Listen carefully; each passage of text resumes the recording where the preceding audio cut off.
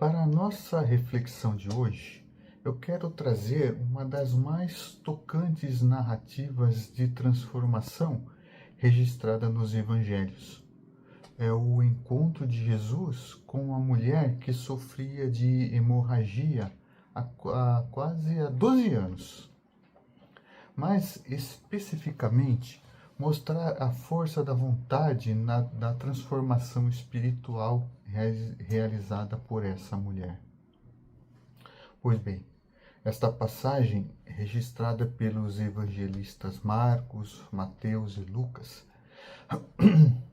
representa muito mais que um simples relato de cura física. É uma narrativa profundamente simbólica sobre o poder da vontade aliada à fé, sobre a coragem de superar barreiras sociais e religiosas quando vamos em busca da nossa transformação interior. Em nossa reflexão, vamos analisar esta passagem, essa história, sob 3 perspectivas: o contexto em que Jesus realizava essa cura, sua relação com as leis da Torá, os rituais de pureza e os esclarecimentos que a doutrina espírita nos traz sobre a força da vontade como elemento essencial na reforma íntima e na transformação moral e espiritual. Pois bem, para compreendermos plenamente o significado dessa passagem, precisamos situá-la em seu contexto. A cura da mulher hemorroíça ocorre quando Jesus está a caminho da casa de Jairo, um chefe da sinagoga que havia pedido que Jesus curasse a sua filha. E em meio à multidão que seguia Jesus, encontrava-se essa mulher, cujo nome não conhecemos, mas cuja história de determinação atravessou os séculos. Ela sofria de um fluxo sanguíneo, há 12 longos anos. Havia gastado todos os seus recursos com médicos e sem obter melhora. Pelo contrário, seu estado havia piorado. Então, além do sofrimento físico e econômico, ela enfrentava um terrível isolamento social e religioso, pois a sua condição a tornava permanentemente impura, segundo as leis judaicas. E é nesse cenário de aparente desesperança que vemos surgir uma extraordinária demonstração de força de vontade, uma determinação que não apenas transformou a sua vida, mas que nos oferece, até hoje, profundas lições sobre o poder da vontade na nossa jornada de transformação espiritual. Para compreendermos melhor o verdadeiro impacto promovido pela atitude da mulher hemorroíça, precisamos primeiro entender o contexto das leis de pureza relacionadas ao sangue na tradução judaica. Em Levítico, capítulo 15, do versículo 19 ao versículo 33, nós vamos encontrar detalhadas recomendações sobre como proceder no tocante a esta situação. O texto estabelece, por exemplo, que quando uma mulher tiver um fluxo de sangue que saia do corpo, ficará impuro até a tarde. Tudo aquilo sobre o que ela se deitar durante a sua menstruação ficará impuro. Tudo aquilo que por onde ela se sentasse, por exemplo, ficaria impuro. O texto continua detalhando como qualquer pessoa ou objeto que entrasse em contato com a mulher durante esse período também se tornaria impuro, necessitando de rituais de purificação. Para a menstruação normal, esse estado de impureza durava 7 dias, após os quais a mulher realizava rituais de purificação e retornava ao seu estado de pureza. No entanto, lá em Levítico, no capítulo 15, do versículo 25 ao 27, ele vai abordar especificamente casos como o da mulher hemorroíça. diz assim: E a mulher, quando emanar o fluxo de seu sangue por muitos dias, fora do tempo de sua menstruação, ou que emanar além do tempo de sua menstruação, todos os dias do fluxo de sua impureza serão como os dias de sua menstruação. Ela é impura. Toda a cama sobre a qual ela se deitar durante os dias de seu fluxo lhe será como a cama de sua menstruação, e todo objeto em que se sentar será impuro, como a impureza da menstruação, e todo que tocar nela se tornará impuro. Ele lavará suas vestes, se banhará em água e será impuro até a tarde. Essa condição, diferente da menstruação normal, então colocava a mulher em um estado de impureza permanente, enquanto durasse essa condição. Isso significava que ela não podia frequentar o templo ou sinagogas, não podia tocar em outras pessoas sem torná-las impuras, não podia ter relações conjugais, não podia participar plenamente da vida comunitária e religiosa. Qualquer objeto em que se sentasse ou se deitasse tornava-se impuro. Abrindo parênteses, podemos entender o que se passou pela cabeça do sacerdote ao passar pelo homem caído, conforme Jesus nos conta na parábola do bom samaritano. Bem, é importante ressaltar que estas leis, em sua origem, não tinham a intenção de estigmatizar ou punir. Elas faziam parte de um complexo sistema de ritual de purificação, que abrangia muitos aspectos da vida, incluindo alimentação, doenças de pele e outras secreções corporais. Esse sistema tinha funções higiênicas, sociais e teológicas na comunidade israelita. Então, considerando essas leis, podemos imaginar o impacto devastador que 12 anos de hemorragia contínua teriam na vida de uma mulher naquela sociedade. Socialmente, ela vivia em isolamento, não podia participar de celebrações comunitárias, frequentar o templo para adoração, ou mesmo ter contato físico normal com os seus familiares e amigos. Cada toque a tornava uma fonte de contaminação. Economicamente falando, o evangelista Marcos, no capítulo 5, versículo 26, nos diz que ela havia gastado tudo o que tinha com muitos médicos. Sua condição a havia levado à pobreza, sem que obtivesse qualquer melhora. Psicologicamente falando, podemos apenas imaginar o peso de carregar um estigma por tanto tempo, de ser considerada impura, de viver à margem da sociedade. A vergonha, o isolamento e a desesperança devem ter sido companheiros constantes em sua vida. Espiritualmente falando, ela estava impedida de participar plenamente da vida religiosa de sua comunidade. Não podia oferecer sacrifícios no templo, participar das festas religiosas ou receber o conforto espiritual que essas práticas proporcionavam. E, fisicamente falando, além do desconforto e debilidade causados pela perda contínua de sangue, ela enfrentava o agravamento de sua condição, como menciona o evangelista Marcos, ainda no capítulo 5, versículo 26, que, pelo contrário, a sua situação piorava cada vez mais. Para aprofundar a nossa compreensão, precisamos também considerar o significado simbólico do sangue na tradição judaica. O sangue ocupava uma posição única e contraditória no pensamento judaico. Por um lado, era considerado sagrado, como portador da própria vida. Em Levítico, capítulo 17, versículo 11, lemos: Porque a alma de cada criatura se acha ligada ao sangue, e eu, Deus, o dei a vós sobre o altar, para expiar pelas vossas almas. porquanto o sangue ele é que expiará pela alma.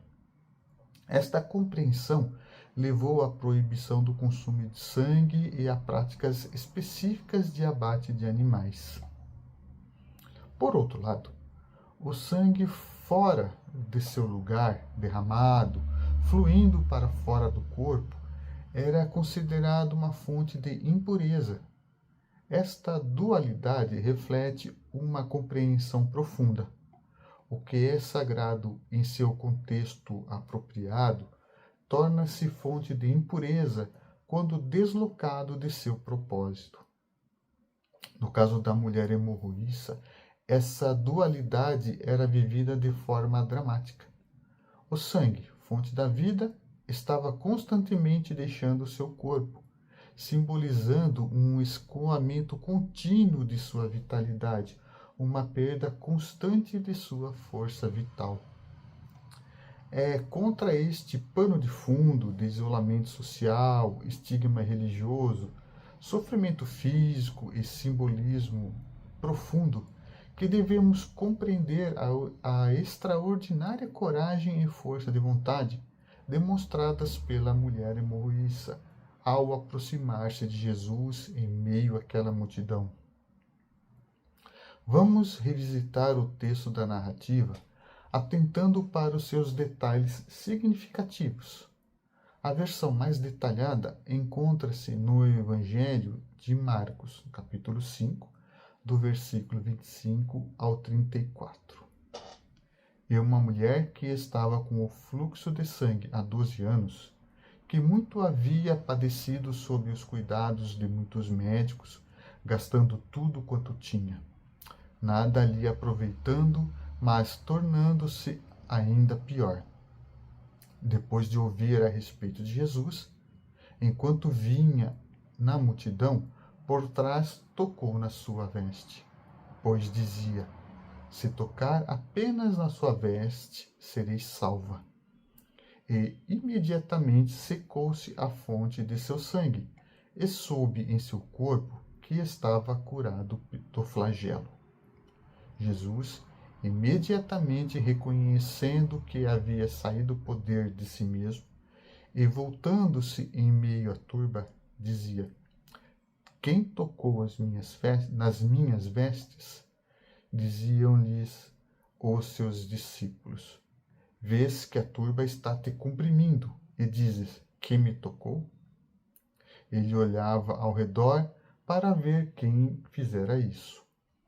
A mulher, atemorizada e trêmula, sabendo o que lhe havia acontecido, veio, prosternou-se diante dele e disse-lhe toda a verdade.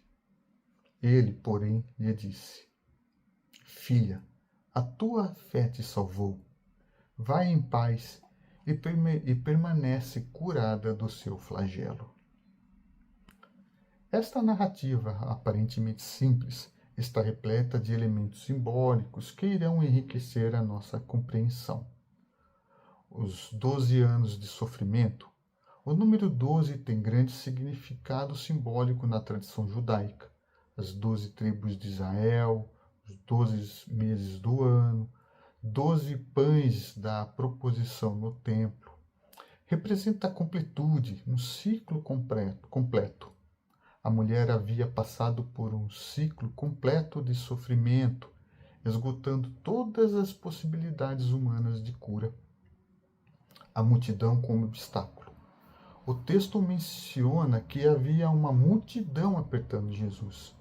Esta multidão representava um duplo obstáculo para a mulher: físico, pois dificultando seu acesso a Jesus, e social, que aumentando o risco de ser descoberta, violando as leis de pureza. A multidão simboliza as dificuldades externas que frequentemente enfrentamos em nossa busca espiritual, as convenções sociais, opiniões alheias, os obstáculos materiais. O toque na orla da veste.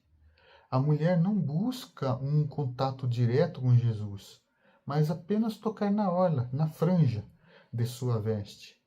Este detalhe revela simultaneamente humildade, ela não se considera digna demais, e ousadia, mesmo este toque mínimo violava as leis de pureza. As franjas da veste têm um significado especial na tradição judaica, lembrando os mandamentos de Deus. Em Números, capítulo 15, os versículos 38 e 39, dizem assim: Fala aos filhos de Israel e dize-lhes que façam para eles franjas sobre as bordas de suas vestes, pelas suas gerações. E porão sobre as franjas da borda um cordão azul celeste. E será para vós como franjas, e as vereis e lembrareis todos os mandamentos do Eterno, e os fareis. E não errareis indo atrás de pensamentos de vosso coração, e atrás à vista de vossos olhos, atrás dos quais vós andais errando. A percepção de Jesus. Jesus percebe que a virtude saíra dele, uma força curativa sido mobilizada. Isto revela que a cura não foi um ato milagroso ou mecânico, mas uma transferência consciente de energia espiritual. Jesus pergunta: quem tocou nas minhas vestes? Não por desconhecimento, mas para trazer a mulher a um reconhecimento público de sua fé e de sua cura. A confissão pública. A mulher, temendo e tremendo, confessa publicamente o que aconteceu. Este momento representa a superação do medo e da vergonha. Sua cura não seria completa sem este reconhecimento público, esta assunção, elevação de sua nova identidade como pessoa curada e reintegrada à comunidade. A declaração de Jesus: Filha, a tua fé te salvou. Jesus reconhece que o elemento ativo na cura fora a sua fé. Ele a chama de filha, restaurando a sua dignidade e pertencimento à família de Deus. E acrescenta: vá em paz, uma bênção, que significa que, mais que ausência de problemas, refere-se à plenitude de bem-estar físico, mental e espiritual. O que torna toda essa história particularmente relevante para o nosso tema é a extraordinária força de vontade demonstrada pela mulher. A superação do medo da rejeição social. Segundo as leis de purificação, ela não deveria estar em meio à multidão. Qualquer pessoa em que ela tocasse se tornaria impura. Se fosse descoberta, poderia ser publicamente humilhada ou até punida. Sua vontade de obter cura superou este medo paralisante. O enfrentamento de obstáculos físicos. Debilitada por 12 anos de hemorragia e pela pobreza resultante, ela teve que reunir forças para abrir caminho em meio à multidão que cercava Jesus. Sua determinação superou sua fraqueza física. A persistência apesar dos fracassos anteriores. O texto menciona que ela havia consultado muitos médicos, gastando todos os seus recursos, sem obter melhora. Seria compreensível se tivesse desistido, resignando-se à sua condição.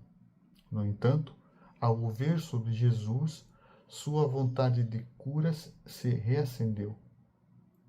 Clareza de propósito. Se tocar apenas na sua veste, serei salva. Esta afirmação revela uma vontade focada, com um objetivo claro. Não havia hesitação ou dúvida em sua mente sobre o que precisava fazer. A coragem para assumir a responsabilidade. Quando Jesus pergunta quem o tocou, ela poderia ter permanecido anônima na multidão. Em vez disso, ela se apresenta, temendo e tremendo. mas determinada a assumir a sua ação e suas consequências. Essa força de vontade, aliada à fé, foi o elemento transformador em sua vida. Jesus reconhece isto explicitamente ao dizer: "A tua fé te salvou". Não foi um ritual, não foi uma fórmula mágica, não foi nem mesmo uma ação direta de Jesus. Foi a combinação de fé sincera e vontade determinada que produziu a transformação. A doutrina espírita oferece uma compreensão profunda sobre o papel da vontade no processo evolutivo do espírito. Em O Livro dos Espíritos, na questão 919, Allan Kardec pergunta: qual é o meio prático e mais eficaz para se melhorar nesta vida e resistir aos arrastamentos do mal? A resposta dos Espíritos é bem clara e direta. Um sábio da antiguidade vos disse: conhece-te a ti mesmo. Essa análise, esse trabalho de autoconhecimento e autotransformação depende fundamentalmente da vontade.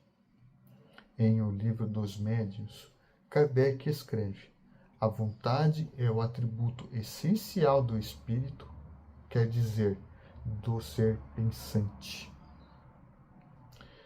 Emmanuel, através da psicografia do nosso Cândido, Francisco Cândido Xavier, aprofunda este conceito em várias de suas obras. Por exemplo, em Pensamento e Vida, ele afirma: a vontade é o leme de todos os tipos de força incorporados ao nosso conhecimento. Na visão espírita, a vontade não é apenas um desejo passageiro ou uma intenção vaga. É uma força diretiva do espírito, capaz de mobilizar energias, direcionar pensamentos e determinar ações. É o exercício do livre-arbítrio em sua expressão mais elevada. A história da mulher hemorroíça ilustra perfeitamente como a vontade pode atuar como instrumento de cura e transformação. Do ponto de vista espírita, podemos compreender o processo de várias formas. Mobilização de energias. A vontade determinada da mulher permitiu que ela mobilizasse suas próprias energias vitais em direção à cura. Como ensina André Luiz, através da psicografia do Chico Xavier, em Mecanismos da Mediunidade. O pensamento é força eletromagnética. A vontade revela-se por concentração da energia mental. Está no capítulo 5, corrente elétrica e corrente mental. Sintonia vibratória. Sua fé e vontade criaram uma sintonia vibratória com as energias curativas de Jesus. Quando o mestre diz que sentiu que uma virtude saíra dele, está descrevendo um processo de transferência energética, facilitado pela sintonia estabelecida pela mulher. Superação de padrões mentais limitantes. Durante 12 anos, a mulher viveu sob o peso de uma identidade de doença, de impureza. Sua vontade de cura representou uma ruptura com esses padrões mentais limitantes, abrindo espaço para um novo estado do ser. Ação sobre o perispírito. No entendimento espírita, muitas doenças têm origem em desequilíbrios perispirituais. A vontade firme, aliada à fé, pode atuar diretamente sobre o perispírito, reorganizando suas energias e refletindo esta reorganização do corpo físico. Ampliando a nossa reflexão para além da cura física, a doutrina espírita nos ensina que a verdadeira transformação, a mais importante, é a reforma íntima, o processo contínuo de aperfeiçoamento moral e espiritual. Nesse processo, a vontade desempenha um papel fundamental. Em O Evangelho segundo o Espiritismo, capítulo 17, no item 4, lemos: reconhece-se o verdadeiro espírita pela sua transformação moral e pelos esforços que emprega para domar suas más inclinações. Esses esforços, mencionados por Kardec, são expressões da vontade em ação. A reforma íntima não acontece por acaso ou por mera passagem do tempo. Ela exige vontade de autoconhecimento, ou seja, disposição para olhar honestamente para si mesmo, reconhecendo virtudes e imperfeições. Vontade de mudança, a determinação para sair da zona de conforto e transformar hábitos arraigados. Vontade perseverante, capacidade de manter o esforço de transformação apesar de obstáculos e recaídas. A vontade em ação, tradução das boas intenções em atos concretos de renovação. A história da mulher hemorroíça nos oferece um paralelo inspirador para o nosso processo. Assim como ela reconheceu sua condição, o autoconhecimento, decidiu buscar a cura apesar dos obstáculos, determinação de mudar. Persistiu apesar de 12 anos de fracassos anteriores, perseverança. Agiu concretamente, abrindo caminho na multidão e tocando a veste de Jesus. Ação. Da mesma forma, somos convidados a exercer nossa vontade no processo de reforma íntima, reconhecendo que, como nos ensina o Espiritismo, não há fé útil sem obras. A fé que salvou a mulher hemorroíça não era uma crença passiva, mas uma força ativa que se manifestou através de sua vontade determinada. Bem, ao analisarmos as 3 perspectivas que exploramos hoje, percebemos uma bela progressão na compreensão da purificação e transformação. A Torá estabelece as leis de pureza externas, focadas no corpo e nos rituais. A purificação é alcançada através de procedimentos específicos, banhos, períodos de separação e oferendas. O foco está na conformidade externa com a lei e na manutenção da pureza comunitária. Com Jesus, que interioriza o conceito de pureza, valorizando a fé e a vontade sincera acima dos rituais externos. Sem abolir a lei, Jesus frequentemente demonstra que seu espírito transcende sua letra. No caso da mulher hemorroíça, ele não a repreende por ter violado as leis de purificação, mas elogia sua fé. A purificação vem do encontro transformador com o divino, mediado pela fé sincera.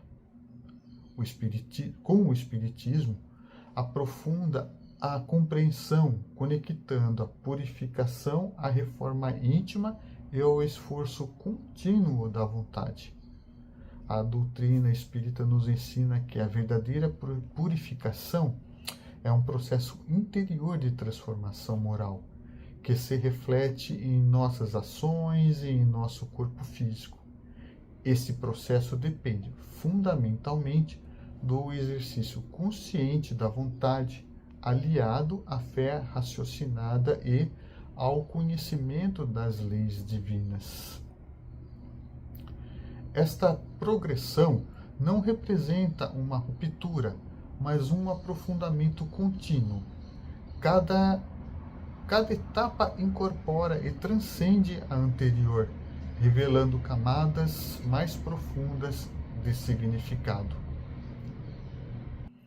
Essa progressão ilustra perfeitamente o conceito espírita de revelação progressiva. Deus revela suas verdades à humanidade de acordo com a nossa capacidade de compreensão e assimilação. A lei de Moisés, adaptada ao seu tempo, estabeleceu importantes princípios de ordem, higiene e respeito, através de normas externas que podiam ser compreendidas e seguidas por um povo em determinado estágio evolutivo.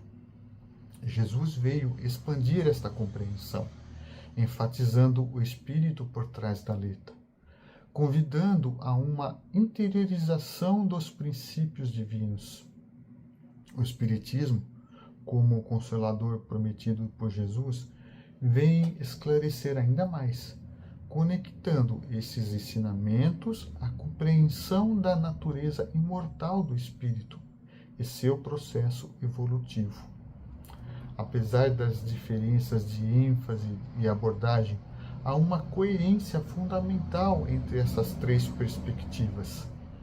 Todas apontam para a centralidade da transformação interior, para a importância da sintonia com o divino, para o papel da fé e da vontade no processo de purificação e crescimento espiritual.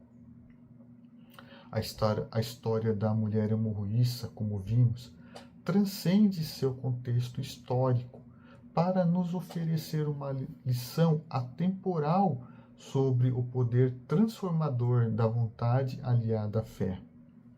Da Torá a Jesus e de Jesus ao Espiritismo, vemos uma progressiva ampliação e aprofundamento da compreensão sobre a purificação e a transformação, de rituais externos a processos internos de conformidade com regras, a sintonia com princípios divinos de pureza ritual a pureza moral. A mensagem central permanece. A força da vontade, quando direcionada pelo bem e alimentado pela fé, tem poder transformador em nossa vida.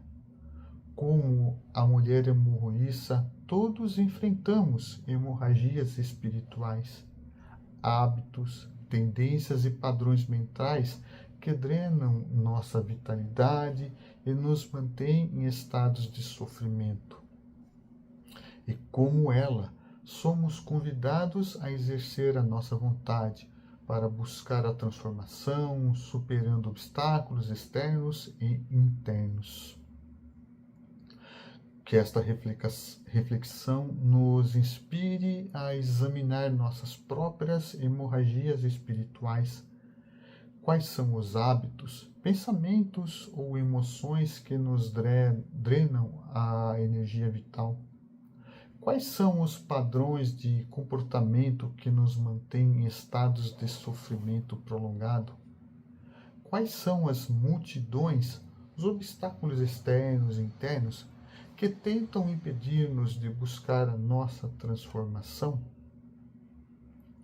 Que possamos, como a mulher hemorroíça, cultivar uma vontade firme e perseverante, que não nos deixemos desanimar por fracassos passados ou por aparentes impossibilidades, que tenhamos a coragem de tocar a veste do Cristo, de buscar a sintonia com os princípios divinos, mesmo quando isso significa desafiar as convenções e superar as limitações.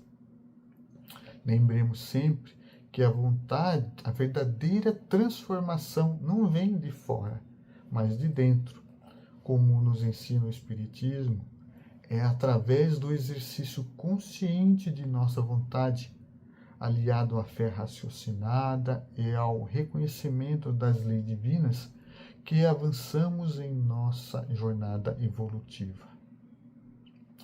Muito obrigado a todos pela atenção.